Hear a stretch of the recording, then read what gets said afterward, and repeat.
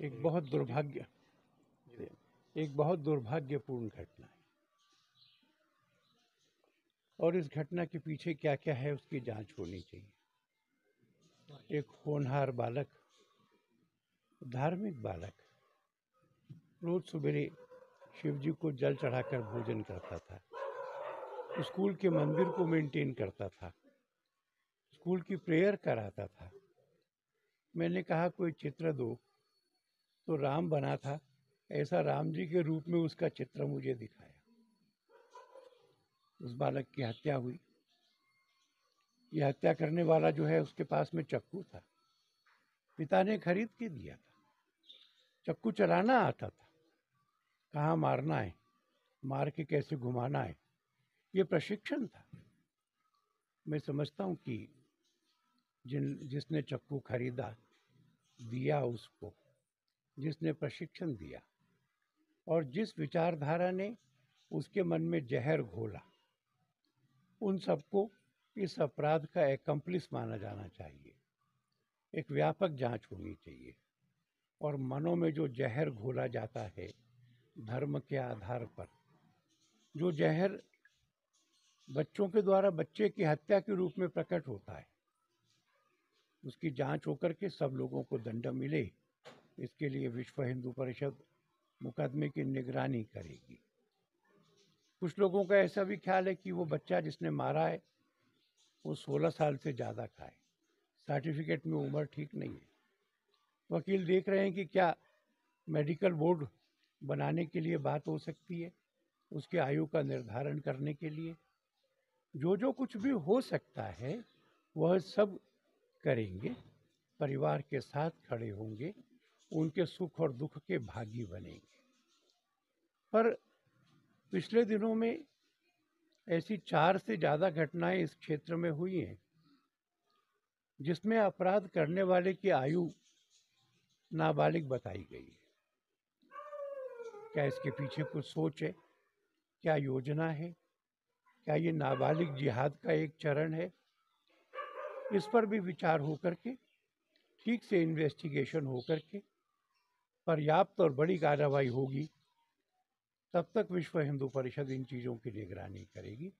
इस परिवार के साथ में हमारी सहानुभूति है, अपना परिवार जैसा इसको मानेंगे और जहाँ जैसी आवश्यकता होगी उनके साथ खड़े रहेंगे।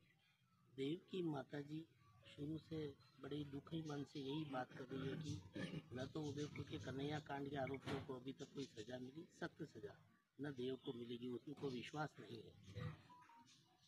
ऐसा किसी कानून में परिवर्तन की संभावना आप चाहते हैं? एक कानून की प्रक्रिया है। महात्मा गांधी की जिसने हत्या की थी, उसने तो अपना अपराध स्वीकार ही किया था, उसने अपना मुकदमा लड़ा ही नहीं था, पर प्रक्रिया पूरी हुई थी। कन्हैया की जिसने हत्या की है, हम सरकार से कहेंगे कि वो मुकदमा फास्ट ट्रैक कोर्ट में ट्रांसफ़र करना चाहिए।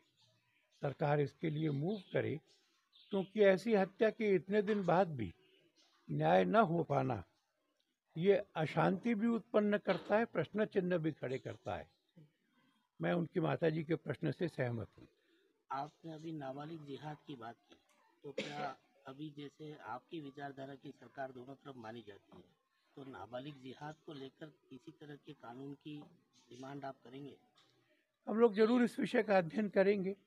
अभी 16 साल का बच्चा होता है तो उसके ऊपर तो कुछ अपराधों की प्रक्रिया वही है जो तरुणों की है, पर इसमें और क्या क्या किया जा सकता है, खास तौर पे जो उस अपराध को करने के लिए प्रवृत्त करते हैं। जैसे इस केस में वो पिता जिसने चाकू खरीद के दिया और बैग में रखा, उनको बराबर का अपराधी माना जाए, ऐसे संशोधनों पर हम विचार करेंगे। एक विषय और चल रहा है भाई साहब, देश में अभी कोलकाता रेप कांड का बहुत मसला बढ़ा हुआ है। बंगाल में लगातार ऐसी घटनाएं हो रही है और ये भी सुना कि हिंदुओं को और बांग्लादेश से बंगाल से लेकर बांग्लादेश तक हिंदू प्रताड़ित है। इस पर आप क्या कहें? जो कलकत्ता का रेप कांड है, मैं बहुत लज्जित हूँ। मैं लज्जित इसलिए हूँ कि जिस सरकार पे ये जिम्मेवारी थी कि जल्दी एफआईआर होकर कार्रवाई हो, और उस कॉलेज के उस समय के प्रिंसिपल और बाकी अधिकारी, वो सब के सब लीपापोती में लगे थे। पहले कोशिश की गई कि उसको आत्महत्या घोषित किया जाए। 11 घंटे के बाद में एफआईआर हुई। सुप्रीम कोर्ट के एक जज ने कहा है कि वो जज बनने के पहले लंबे समय तक वकील थे। उनके 40 साल के जीवन में ऐसे एक भी घटना नहीं हुई जिसमें रेप और मर्डर की एफआईआर इतनी डिलेड हो, और उसके बाद में एक भीड़ को भेज करके सारे सबूतों को नष्ट करने का प्रयत्न हुआ, सफल प्रयत्न हुआ। मैं समझता हूँ कि बंगाल सरकार को कंप्लिसिट माना जाना चाहिए। और मुझे आश्चर्य हुआ कि जिसके ऊपर जिम्मेवारी है, जो लॉ एंड ऑर्डर को संभालती है, मुख्यमंत्री है, वो आंदोलन और मांग कर रही है। वो किससे मांग कर रही थी? ये तो उन्हीं की सरकार का कर्तव्य था कि तुरंत एफआईआर होती, पूरी जांच होती, और 2 दिन के अंदर पुलिस कहती कि हमने अपराधी को पकड़ लिया है। इसकी बजाय सारे सबूत मिटाए गए, और अभी भी इस तरह की एक नैरेटिव बनाने का प्रयत्न कर रहे हैं कि एक सेक्सुअल मैनियाक उसका अकेले का काम है। उसकी मेडिकल रिपोर्ट कहती है कि ये नहीं हो सकता। उसके साथ में समूह बलात्कार हुआ है, इसके मेडिकल प्रमाण हैं। हम विश्वास करेंगे कि सीबीआई सब मुश्किलों के बावजूद इसकी तह तक जाएगी, और उन सब लोगों को जो इस कांड के दोषी हैं, हम फांसी के फंदे पर देख सकेंगे। धर्मांतरण बड़ा अभी इतना ही करेंगे। इसी